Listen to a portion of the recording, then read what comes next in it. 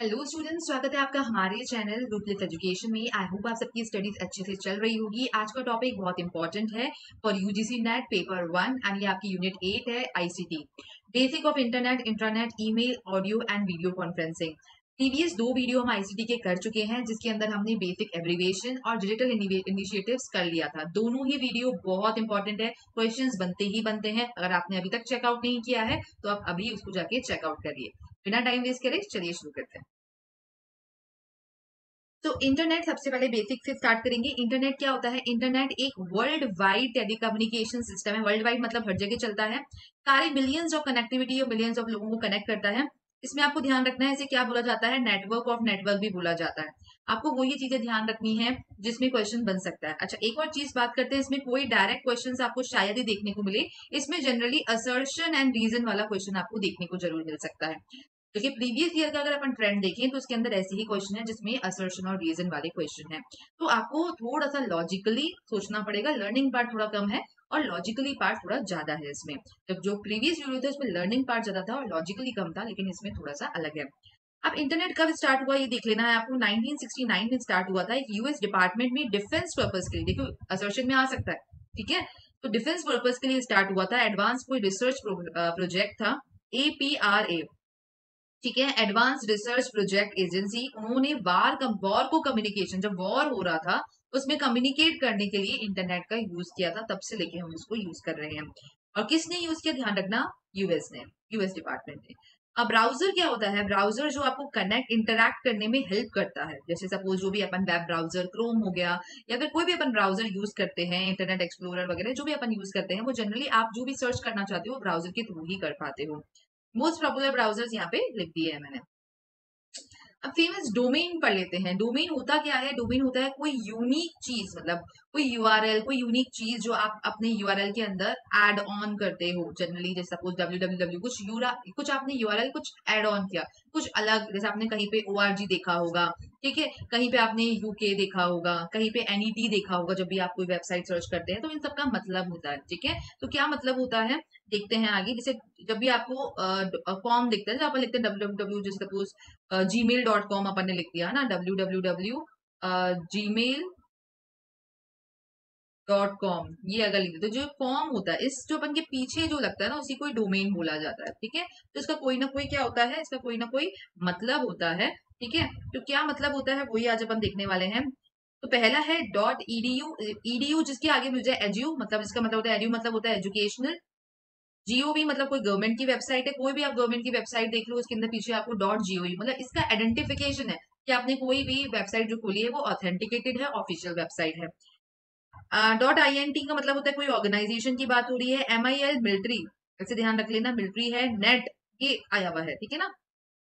Networking providers के लिए net use किया जाता है, इंपॉर्टेंट है ना। ORG भी इंपॉर्टेंट है, ORG यूज किया जाता है। NPO मतलब जो नॉन प्रॉफिट ऑर्गेनाइजेशंस होती हैं उनके लिए ये इतना ज्यादा इंपॉर्टेंट नहीं है। जैसे AU यूज किया जाता है, आप आइडेंटिफाई कर सकते हो ऑस्ट्रेलिया के लिए, लेकिन DE आप आइडेंटिफाई नहीं कर पाओगे। DE इज फॉर जर्मनी, ठीक है। DE is for Germany, FR for France, I .in लिखा होता है, जैसे .in, ठीक है। तो .in जनरली होता है इंडिया की कंपनी है। .UK लिखा हुआ है तो .UK होती है यूनाइटेड किंगडम, और .US मतलब यूनाइटेड स्टेट। ये सब तो बहुत कॉमन है, आप जिस पे मैंने स्टार लगाया है बस आप उस पे ही ध्यान रखिए तो आपको आ जाएगा, ठीक है ना। बाकी सब तो हो जाएगा। चलते हैं आगे। अब डोमेन नेम सिस्टम क्या होता है? एक इंटरनेट एड्रेस के अंदर जनरली 4 फील्ड्स होते हैं, जिसके अंदर नंबर्स भी होते हैं, that are separated by the period और द डॉट्स। मतलब जैसे अपन अगर लिखते हैं www, तो अपन क्या लगाते हैं? डॉट लगाते हैं। तो पीरियड, या फिर आप उसको स्लैश से भी लगा सकते हो, जैसे स्लैश यूज करते हैं, जैसे अपन HTTP यूज करते हैं और स्लैश लगाते हैं, आप ये भी यूज कर सकते हो। जैसे the type of address generally IP address में भी हो सकता है, जैसे IP एड्रेस 128 डॉट ऐसे करके यूज किया जाता है। Rather than have the user remember long strings of number, the domain name system have developed to translate the numerical address into word. वही पहले IP एड्रेस करता था। IP एड्रेस क्या होता था? न्यूमरिक फॉर्म में होता था, ध्यान रखिए। IP एड्रेस क्या होता था? नंबर्स के फॉर्म में होता था। जबकि डोमेन क्या होता है? डोमेन नेम क्या होता है? ये अल्फाबेट के फॉर्म में होता है, ठीक है। तो पहले नंबर्स लोगों को याद नहीं रहते थे, या फिर बहुत बड़े नंबर्स होते थे, जैसे अभी आप देखोगे तो 1281972081922 ऐसे करके बहुत, तो ये याद नहीं रहते थे, तो इस वजह से डोमेन नेम का इन्वेंशन हुआ। ठीक है, तो क्या होते हैं, अब domain name system was developed to transfer the numeric address को वर्ड में। ये पूछा गया भाई डोमेन नेम क्या होता है, किसको ट्रांसफर करता है, न्यूमेरिक एड्रेस को नेम के अंदर ट्रांसफर करता है, ये ध्यान रखिए। अब आते हैं SSL। SSL क्या होता है, SSL stands for secure socket layer, ये ध्यान रखिए, पूछा गया है भाई इसकी एब्रीवेशन। इसलिए यानी एब्रीवेशन मैंने प्रीवियस सेक्शन में जब किया था तब मैंने इसके अंदर नहीं इंक्लूड की थी, क्योंकि नेक्स्ट वीडियो के अंदर मुझे कवर करनी थी। वैसे में सिक्योर सॉकेट लेयर होता है, इसके अंदर जो भी सिक्योर इंक्रिप्शन हो, जैसे अगर आपने देखा हो अगर व्हाट्सएप के अंदर, तो आपके लिखा हुआ आता है एंड टू एंड इंक्रिप्टेड, ऐसे लिखा हुआ आता है एंड टू एंड इंक्रिप्टेड, वो जनरली यही होता है। ठीक है, फिर आते हैं नेक्स्ट, फिर है आपका वेब होस्टिंग। वेब होस्टिंग क्या होता है कि a web host is a business company that offers a space, मतलब आप कुछ भी डाल रहे हो तो उसके लिए आपको कुछ ऑनलाइन डाल रहे हो, वेबसाइट कुछ डाल रहे हो, तो उसके लिए आपको क्लाउड स्पेस बाय करना पड़ता है, ऑक्यूपाई करना पड़ता है, उसे बोला जाता है। वेब सर्वर क्या होता है, जो भी एक स्पेशलाइज्ड कंप्यूटर सिस्टम होता है जो कि स्पेशली डिजाइन किया गया है टू होस्ट और टू डिलीवर वेबसाइट, मतलब वेबसाइट डिलीवर करने के लिए या होस्ट को प्रोवाइड करने के लिए चीजें, वो ही डिजाइन किया गया है। हाइपरटेक्स्ट मार्कअप लैंग्वेज होती है जो प्रोग्रामिंग लैंग्वेज के अंदर वेब पेजेस के अंदर यूज की जाती है, क्वेश्चन आया हुआ है। हाइपरटेक्स्ट मार्कअप लैंग्वेज होती है, ये वेब पेजेस के अंदर यूज की जाती है। अब आते हैं इंट्रानेट क्या होता है। Intranet is a private network that is contained with in an enterprise, मतलब सपोज एक कोई ऑर्गेनाइजेशन है, सपोज मान लेते हैं TCS है, तो TCS एक कंपनी है जिसके अंदर ही सारा सारा जो एम्प्लॉइज उनको यूज करना पड़ेगा नेटवर्क, तो जो नेटवर्क यूज करेंगे उसको इंटरनेट ना बोल के हम बोलेंगे intranet. It may consist of many interlink local LAN, मतलब बहुत सारे लैन लोकल एरिया नेटवर्क को ये कनेक्ट कर देते हैं। The main purpose of intranet is to share the company information and computing resources among the employees। Suppose ऐसा क्यों करते हैं, सपोज अगर कोई कंपनी का बाय सॉफ्टवेयर है, कंपनी ने कोई सॉफ्टवेयर परचेज कर रखा है, तो सारे ही लोग यूज करेंगे, राइट, तो उसके लिए वो लैन से कनेक्ट किया जाएगा, क्योंकि वो विद इन द ऑर्गेनाइजेशन ही हो, बाहर जाके वो जब वो यूज करेंगे अपने इंटरनेट से, तो वो पर्टिकुलर सॉफ्टवेयर वर्क नहीं करेगा। ठीक है, जनरली सेम रूम, अलग अलग, no longer colleagues are no longer present in the same room में होने की भी जरूरत नहीं है, लार्ज डिस्टेंसेस पे फ्लोर वाइज भी ये नेटवर्क काम कर लेता है। अब आते हैं एक्स्ट्रा नेट। एक्स्ट्रा नेट क्या होता है, जब ऑर्गेनाइजेशन मल्टीपल ऑर्गेनाइजेशन, ध्यान रखना मल्टीपल मतलब आउटसाइड, ये जनरली क्या होता है सिर्फ और सिर्फ इनसाइड के लिए होता है, और वो आउटसाइड के लिए भी हो सकता है। ठीक है, एक्स्ट्रा, एक्स्ट्रा से आप समझ ही जाएंगे कि बाहर की बात हो रही है, इंट्रा होता है मतलब अंदर। इन तीनों में डिफरेंस भी पढ़ लेते हैं कि क्या होता है। इंटरनेट पब्लिक होता है, जबकि ये दोनों ही प्राइवेट होते हैं। इंटरनेट कोई भी यूज कर सकता है, आप मैं कोई भी यूज कर सकता है, लेकिन ये दोनों एक पर्सनल इन्फॉर्मेशन कैरी करते हैं। वही मैंने बात बता दी, इसमें इन्फॉर्मेशन पूरी ग्लोब की होती है, इसमें सिर्फ एक पर्सनल स्टाफ की इन्फॉर्मेशन होती है इंट्रानेट में, और इसके अंदर एक्स्ट्रा नेट के अंदर डिफरेंट ऑर्गेनाइजेशन की भी इंफॉर्मेशन होती है। पोजेशन, कोई किसी का भी अधिकार नहीं होता, कोई भी यूज कर सकता है, इसमें सिंगल ऑर्गेनाइजेशन में, इसमें मल्टीपल ऑर्गेनाइजेशन में।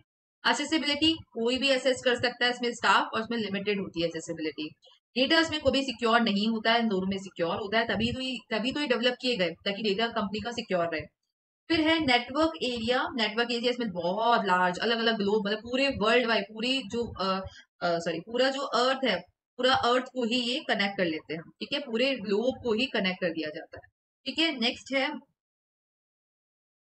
नेक्स्ट है आपका ऑथेंटिकेशन। ऑथेंटिकेशन है नॉट रिक्वायर्ड, इसके अंदर कोई भी ऑथेंटिकेशन रिक्वायर्ड नहीं होता, मतलब कोई भी पासवर्ड वगैरह की रिक्वायरमेंट नहीं होती, जबकि इस दोनों में होती है।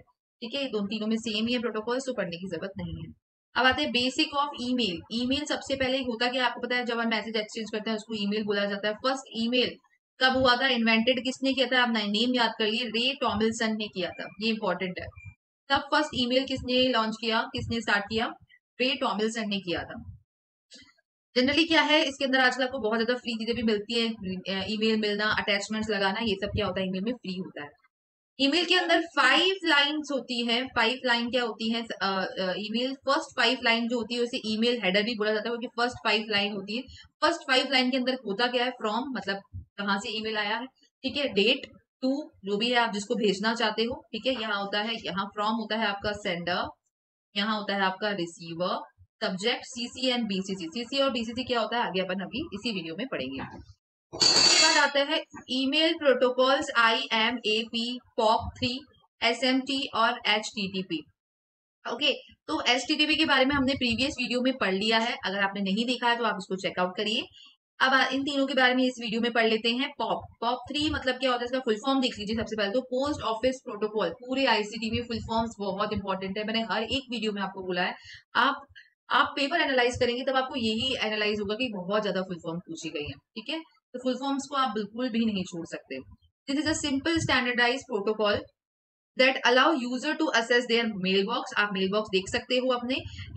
द सिंपल डिजाइन क्या है पॉप के अंदर कि आप कैजुअल ईमेल यूजर होते हैं, मतलब जो टेम्पररी इंटरनेट कनेक्शन है इनके पास, चाहे ऑनलाइन हो चाहे ऑफलाइन हो। ध्यान रखना, बस ध्यान रखना कि ऑनलाइन आते समय ही आप मेल भेज पाएंगे। जैसे मैं कह रही हूँ कि मुझे अभी मेल दिखना, मेरे पास नेट नहीं है, तो आप सबके फोन में जीमेल है, आप उसको देख सकते हैं, ठीक है। आप मेल टाइप भी कर सकते हैं, लेकिन वो जाएगा नहीं, ठीक है। आप मेरी बात समझ रहे हैं कि वो सेंडर तक, वो रिसीवर तक जाएगा नहीं, लेकिन आप टाइप करके रख सकते हैं ड्राफ्ट में। तो वो किसकी हेल्प के थ्रू होता है, पॉप 3 की हेल्प के थ्रू होता है। IMAP क्या होता है, इंटरनेट मैसेज एक्सेस कंट्रोल। ये जनरली ईमेल ट्रांसफर करने के लिए होता है।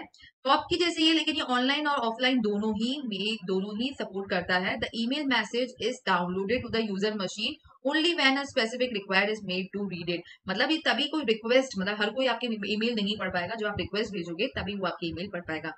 SMT simple mail transfer protocol, ये तो सिंपल होता है, जैसे सपोज जो अपन टेक्स्ट भेजते हैं एक दूसरे को, उसी टाइप का होता है। लेकिन ध्यान रखना, इसके अंदर स्पैम मेल भी आते हैं, मतलब ये इतना ज्यादा सेफ नहीं होता। जो अपन यूज करते हैं ना, एक डिवाइस एक दूसरे डिवाइस को कनेक्ट करने के लिए यूज किया जाता है, जो हमारे फोन में होता है वो यही होता है, SMTP, और इन दोनों का कॉम्बिनेशन होता है पॉप 3 का। तो ये थोड़ा सा सिक्योर नहीं होता, इसमें कोई भी स्पैमर भी आपको मेल कर सकता है। अब आते हैं CC और BCC। क्या होता है, CC होता है आपका कार्बन कॉपी।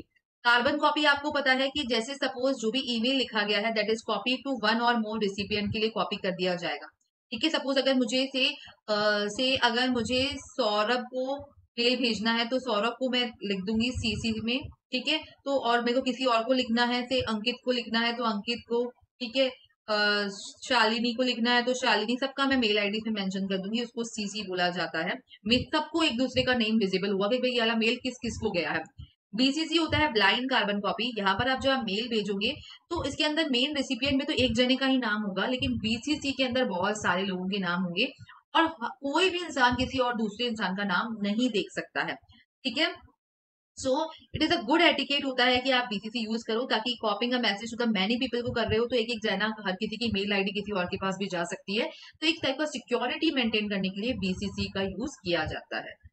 ये क्वेश्चन, ये वाला स्लाइड बहुत ज्यादा इंपॉर्टेंट है, काफी बार, मतलब कहते हैं ना यूजीसी के कुछ फेवरेट है, नेट के अंदर ना कुछ क्वेश्चन फेवरेट है, हर बार दे देते हैं यूजीसी वाले। तो कहने का मतलब ये इतना ज्यादा इंपॉर्टेंट है कि आपके पेपर में आपको एक क्वेश्चन जरूर देखने को मिल सकता है। कैसे क्वेश्चन बनेंगे, कई बार तो इसको अरेंज करने के लिए बोल देते हैं, डिसेंडिंग या फिर असेंडिंग ऑर्डर में। मैं असेंडिंग ऑर्डर में अरेंज करावा ही है, आप देखेंगे। तो सबसे छोटा होता है बिट, फिर होता है बाइट, फिर होता है किलो बाइट। यहाँ पर काफी सारे लोग गलत कर लेते हैं, मेगाबाइट लिख देते हैं। फिर आता है मेगाबाइट, फिर आता है गीगाबाइट, एंड लास्ट में आता है टेराबाइट, और उससे भी अगर ज्यादा आगे आता नहीं फिर भी आ जाए तो पेटाबाइट। ये मैं आपको बता रही हूँ, इतना इंपॉर्टेंट है जितना मैं आपको, इतना एक्चुअली क्या लिमिटेड हमारे पास टाइम है, इसलिए आप मेरी समझ जाइए कि कितना ज्यादा इंपॉर्टेंट है, ये बहुत इंपॉर्टेंट है ना, तो इसको आप नहीं छोड़िए। दूसरा क्वेश्चन कैसा बनता है कि कई बार इसके यूनिट के अंदर मेजरमेंट्स पूछ लिए जाते हैं कि 1 बाइट के अंदर कितने बिट्स होते हैं। तो ध्यान रखिए 1 बाइट के अंदर 8 बिट होते हैं, 1 किलो बाइट के अंदर 1024 बाइट्स होते हैं, ध्यान रखना ऊपर वाला आ जाएगा, ठीक है। 1 मेगा बाइट के अंदर 1024, सबके अंदर 1024 ही होता है। केबी होता है मतलब किलो बाइट। 1 गीगा बाइट के अंदर 1024 मेगा बाइट होते हैं। टेरा बाइट के अंदर 1024 gigabyte, and 1 petabyte के अंदर 1.024 TB होते हैं, मतलब टेराबाइट होते हैं। तो इट इज वेरी, सबसे छोटा बिट होता है, फिर बाइट, फिर आप इसको ऐसे याद कर लीजिए KMGT, ठीक है। P सबसे एंड में ही होगा, वो आपको याद हो जाएगा, KMGT। भाई बिट पहले थोड़ा सा आगे बढ़ेंगे फिर बाइट करेंगे, ठीक है, ठीक है। तो ये ध्यान रखिए, बिट बाइट फिर KMGT याद कर लीजिए, kilobyte, megabyte, gigabyte and terabyte. Basic of audio and video conferencing, ठीक है। व्हेन नंबर ऑफ पार्टिसिपेटिंग एक मीटिंग में मिलते हैं और टेलीफोनिक इंस्ट्रूमेंट से थ्रू आप कम्युनिकेट करते हो, जैसे आप लोग मेरी बात सुन पा रहे हैं, तो ये क्या है, ऑडियो कॉन्फ्रेंसिंग ही है। ठीक है। जब अगर फेस टू फेस किया जाता है, अगर फेस टू फेस किया जाएगा तो उसे क्या बोला जाता है, वीडियो कॉन्फ्रेंसिंग बोला जाता है। तो आज के लिए इतना ही, यही टॉपिक हमारा खत्म हो चुका है। अगर आपको कोई भी क्वेरी हो तो आप कमेंट बॉक्स में लिख सकते हैं। नेक्स्ट वीडियो किस पे चाहिए वो भी बताइए, और नेक्स्ट वीडियो नेक्स्ट आईसीटी के लास्ट टॉपिक पे आने वाला है। ठीक है, जो आपका टॉपिक है गवर्नेंस, ठीक है, उस पे वो टॉपिक आने वाला है। तो आप बने रहिए, कोई प्रॉब्लम आप हमें लिख सकते हैं। लाइक कमेंट सब्सक्राइब में कमी मत छोड़िए, क्योंकि इसी से हमारे को मोटिवेट मिलता है। मिलते हैं अगली वीडियो में, तब तक के लिए अपनी स्टडीज को कंटिन्यू